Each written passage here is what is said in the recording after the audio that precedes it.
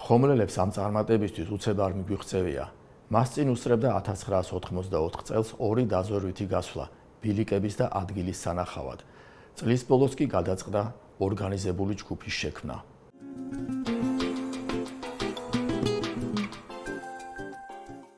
(1985 წლის თებერვალში შევქმნით საქართველოს ისტორიული მემკვიდრეობის მომძიებელ შემსწავლელი ჯგუფი ხომლი. წევრები: რეზო შალიბაშვილი, რამაზ კორშია, გია ბადრიძე, გია გაჩეჩილაძე. ამ წელს ვერ შევძელით ქვაბულში შეღწევა. სამაგიეროდ მომდევნო ექსპედიციისათვის მნიშვნელოვანი ტვირთის დატოვება მოხერხდა ეგრეთ წოდებულ ალიოშას ნაბინავარ მღვიმეში.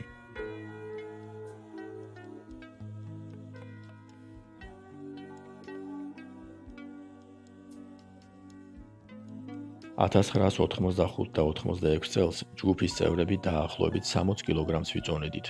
თითოეულის ტვირთი კი 60-61 კილოგრამს შეადგენდა. ასეთი ტვირთით მონაკვეთის გავლას თუ ნახევარ დღეზე მეტხანს ვანდომებდით, უტვირთოდ 40 წუთიც ყოფნიდა.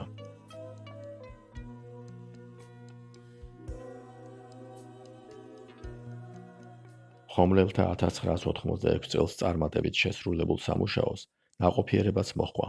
კინოფირზე გადავიღეთ ექსპედიციის მსვლელობა, გაკეთდა ნახატის ხილვადი ნაწილის სრული ასლი, შემდეგ განვახორციელეთ ხვამლის ზოგიერთი მნიშვნელოვანი ადგილის აღწერა.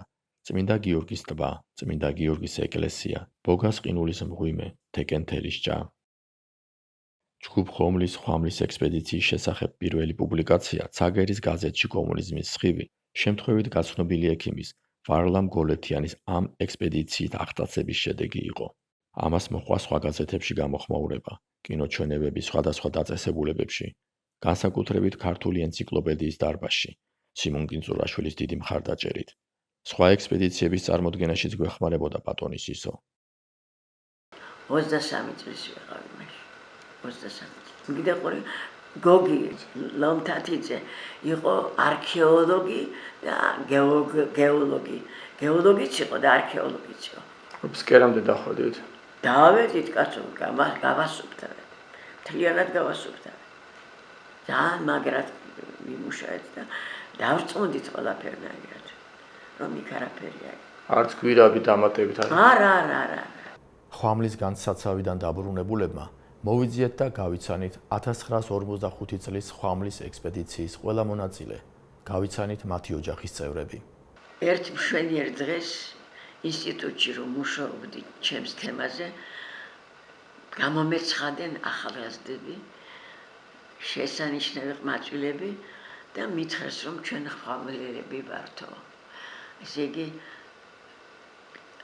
ამიხსნეს მთლიანად ყველაფერი, თურმე ასულან ხვამზე, ჩვენსავით ეს ექსპედიციის მონაწილეებს რომ გავეცანი ძალიან გამეხარდა.